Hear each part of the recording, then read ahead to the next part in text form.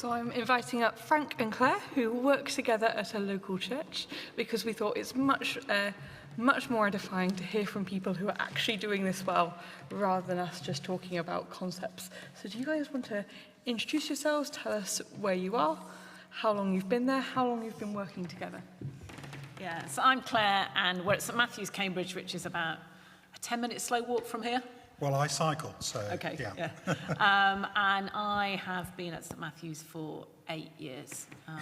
Before that, I was in a large suburban church in Kent, and before that, I was up in the northwest in a more sort of deprived sort of church.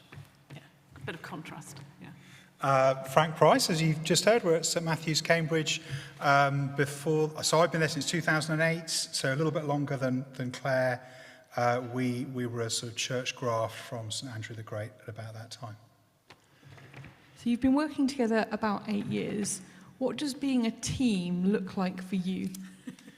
Well, I've been really grateful to have Claire join the team, and I think one of the things that sometimes churches hesitate about is can we afford this, can we manage this? As a preacher, I always think, oh, there's so much preaching to do. How about having someone on the team who can do some of that for me? We have 2 services, 2 sermons every Sunday. But what I've really appreciated is that actually preaching is only part of the ministry. There's a huge amount of other things that happen. And it's really helpful for the congregation to see that thing about indispensable. We actually do want to have, if the Bible is saying men and women are complementary and half of the body of Christ is women, then we need to kind of model that and show that. And I've found over time really helpful, particularly to have Claire as someone who isn't just kind of coming in as a beginner, as a newcomer to ministry, but has a similar level of experience and training to me. Just in things like if we're at a staff team, we're talking about the sermon, often it will be a Bible passage that we're going to do in home groups and that other people are going to do in youth group. And just to not be the only one who's got some training and experience and thought that through, and to have Claire involved and talking about that. And often you'll have taught it to children, and you'll have like a nice punchy simple line that might take me a while to figure out. So we can work together. It's not all about the preaching, in other words, lots of other ways, lots of other aspects to ministry, and in that I think really important to have both men and women. Do you want to say more about that? Yeah, I mean, I suppose I've valued that I mean, we'll talk a little bit about sort of other things we've done, but I suppose I've been valued being on the staff team, and not just as a woman, but for the sort of range of experience that I've had, and I've felt that that's been appreciated and valued. And I suppose that means that therefore I feel that I'm listened to, and my my thoughts are important and are taken into consideration in decision making. And obviously I'm then also able to sort of talk to other women, in leadership roles or other women within the church and represent that as well to the staff team. Yeah, so one of the things we think is important, so some churches, if they think that men and women are interchangeable, you could actually end up with a staff team that's all male or a staff team that's all female, and that does happen quite often. And we've tried really deliberately to have all of our ministry teams, all of our home group leaders teams. We have a leadership team as well, the staff team, always a mix of men and women. And it is different. It's not about whether you participate, it's about how you go about it. So on our leadership team, there's myself and the associate vicar, and we do have responsibility to take a lead. At the annual meeting, I'll be presenting what we've come up with, and I'll be accountable for it, and I'll be answering questions on it. But we've come up with it after listening to women on the team, and so we'd never want to have those discussions without experienced women in the room. So we try to make sure we do that on our leadership team, on our staff team. And I think particularly, I mean, you were saying earlier about, in the context where the world would say that men and women are interchangeable, I think we would say that very much so in the Cambridge culture, where men and women are seen to be able to do, and everything. Their roles are interchangeable. And actually, we've made a decision as a church that perhaps doing single-sex evangelistic events is a bit odd, particularly for men. So that's perhaps a decision that we've made in the sort of, for our culture, it just feels a bit odd. Might not be in your culture, but that's ours. So I think for us it's important, therefore, to be able to model men and women working together and complementing each other, but not being interchangeable. And I suppose we're just saying how we work together. we have staff meetings every week, and our staff team at the moment is a mix of male and female, as it always has been. And then Frank meets up with all the staff team regularly, so some of the junior staff meets up with every week. We only meet up once a fortnight. And that really just gives an opportunity, I think, for us to talk things through. So I might just come along with things that I'm concerned about, or things, sometimes I just want to talk things through and just want to use Frank as a sounding board. Or sometimes we might be having more discussion about things and perhaps trying to come to a consensus of opinion. Yeah. Is that fair? And I think that's easier. I think it's easier to give you the opportunity to do that with me in private, isn't it, sometimes? Yeah. Because you don't want to, if you strongly disagree, we don't strongly disagree on things all the time, but if you're thinking, I really don't know, Frank, if this is going the right direction, it's not ideal to put you in a situation where you can only say that in front of the whole staff team, in front of the PCC, to have those one-to-one conversations, and then we usually find that we reach an agreement. We do, yeah. Wonderful. So 8 years is a long time. Presumably the church has changed, ministry have changed. You know each other better than you did 8 years ago. Yeah. How has how you work together changed?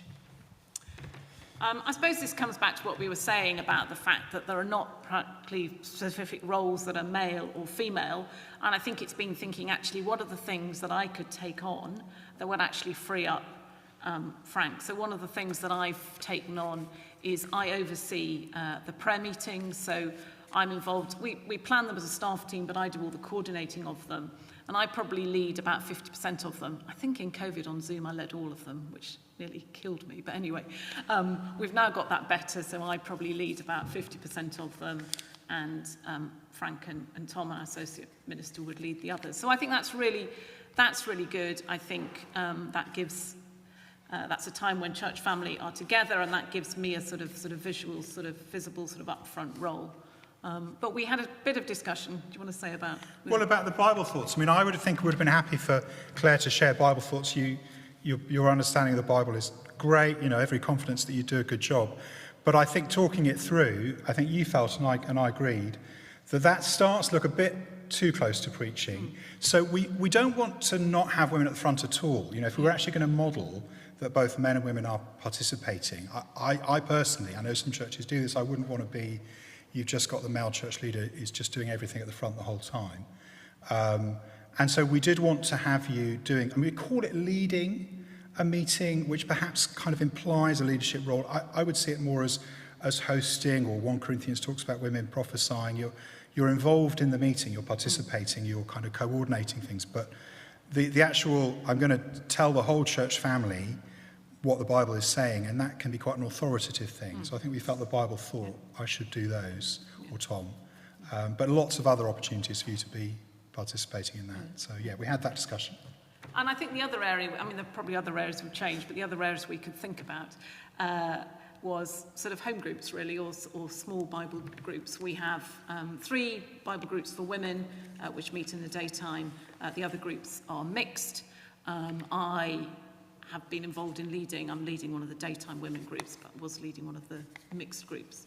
And I think just taking over the responsibility for those, so I think you used to do all of it, and again, I've taken on some of the responsibility in terms of, we confer about who's going to join what group, but I perhaps might do that following up.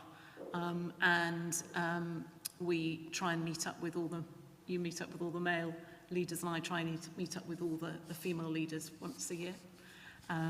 And then we also have regular meetings, so once a term we'll have regular meetings. And again, I think you used to do all the input, but I think we've now realised, well, actually, that's, again, something can be shared. So if we're doing a Bible book, perhaps in our small groups, it's something I might be more familiar with than Frank has, than I will have done. I'll do the Bible teaching, introduction to that Bible teaching at that meeting, or sometimes you'll do it. And then we'll do something else as well, some other element of training, and we'll share that between us. So, yeah, it's much better to do that together. Obviously, half of the group leaders and group members are women, and I think just having both of us involved in that really helps. And again, often it's not about whether, the Bible is not just giving you a list of things that women can't do. It's more about how they're done rather than whether they're done. And so I think, occasionally I've been away on a conference and we thought, well, I don't really want to leave you to do it on your own. I mean, our home group leaders are great, they're not going to be difficult. But sometimes I've been in a home group and there's been a woman leading the group, and one of the men, quite recently, he said, can I just show everyone a YouTube video that's relevant? And the group leader said, no, I think we'll leave that till the end. But he was pushing it. And so it was helpful that I was there just to be firm. And, I think that's the kind of thing that 1 Corinthians is talking about. It's not about whether you're participating. It's just about the authority, the headship. It's the way that you would do things, I think, would be maybe sometimes a little bit different. Preaching is much more command and teach these things. It's more authoritative. Wonderful.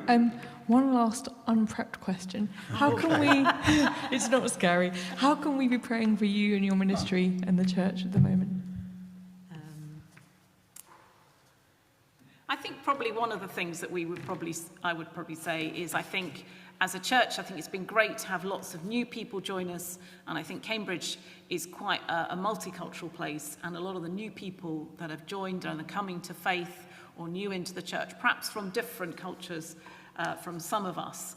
And I think so wisdom to know how to help to integrate them into groups or into taking on sort of ministry roles, and helping the church family to do that. Yeah, great. And I think, as Claire was saying earlier, those who are in Cambridge will know, I mean, there is a sort of progressive liberal consensus in the Western world generally, but I think particularly you feel it in Cambridge, so you have to work. So I think pray that we do teach the Bible faithfully, and we don't just back off, but also that we do it in persuasive, winsome ways, that we recognise where people are starting from and get them to where the Bible is. Thank you so much.